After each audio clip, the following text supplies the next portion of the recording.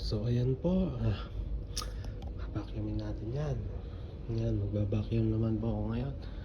Ang babacuumin ko ay 12 to 2. Oh my god, ang dami. Kaya yan po, ito po ang bawat ng deck. At ayan po ang mga binabacuum ko.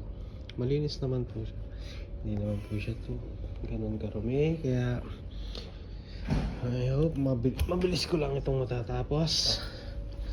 Kaya guys, mga reels, i-start na po mag-vacuum.